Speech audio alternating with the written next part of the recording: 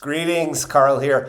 One of my favorite concepts, and it's crazy, this idea of compounding, right? And I originally started thinking about compounding, of course, as it comes to compound interest or investing.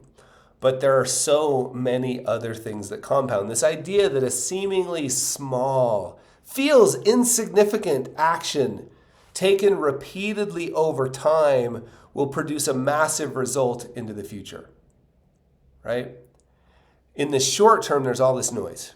Like you can't even tell, but over the long term, things that compound make a massive difference in the future. In fact, that reminds me of one of my favorite sketches. This is a print of one that's close to it. My favorite one says over here, it just says days, and over here it says decades, right? In the days, there's so much noise. In the decades, everything seems to smooth out, right? And we get to decide what to focus on. You know what's crazy about compounding? I was thinking about this the other day. Kindness compounds, right? You smile. Somebody smiles at you. You feel like smiling at the next person, and the next person, and the next person.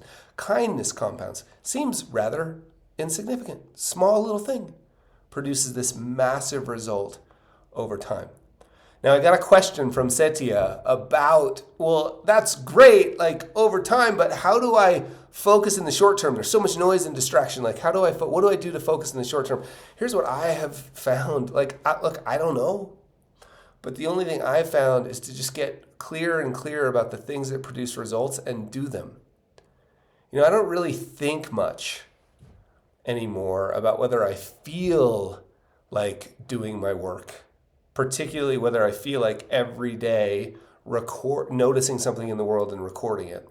I don't really care if I feel like it anymore. I've learned that's one of the things that compounds over time. It allows me to produce, one of these each year. One of my favorite projects, right? If I don't notice something in the world today and record it, next year or the year after, I won't be able to produce one of these, the next version, the next volume, volume 3, volume 4, volume 5. So I think the only thing I know to do in the short term is get clear about the things that I care about, that I'm good at, and just do them. Like the gym. Gosh, I'm trying to get better at this, but I'm supposed to go to the gym.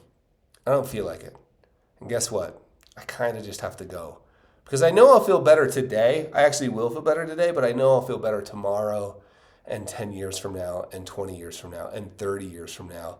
I'll feel better, right? So I just try to focus on the things I know that will produce the results and kind of do them and realize that when I go to do them, things like the gym or creative work, I often don't feel like it. And it's not feel, then do.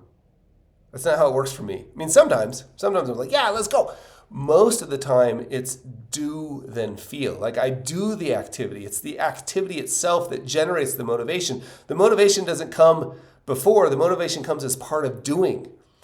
So the fact that I don't feel like going to the gym is like I try to have it as a big red light inside my head that says, oh, really important that you go to the gym today.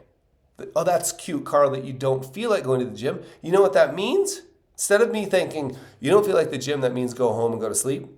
I've tried to rewire my brain so that when I feel, you don't feel like going to the gym, oh, that's interesting. That means you should go to the gym. You don't feel like creating work today? That's interesting. You should create work, right? That's been my experience. Hope that's helpful, my friends. Bye.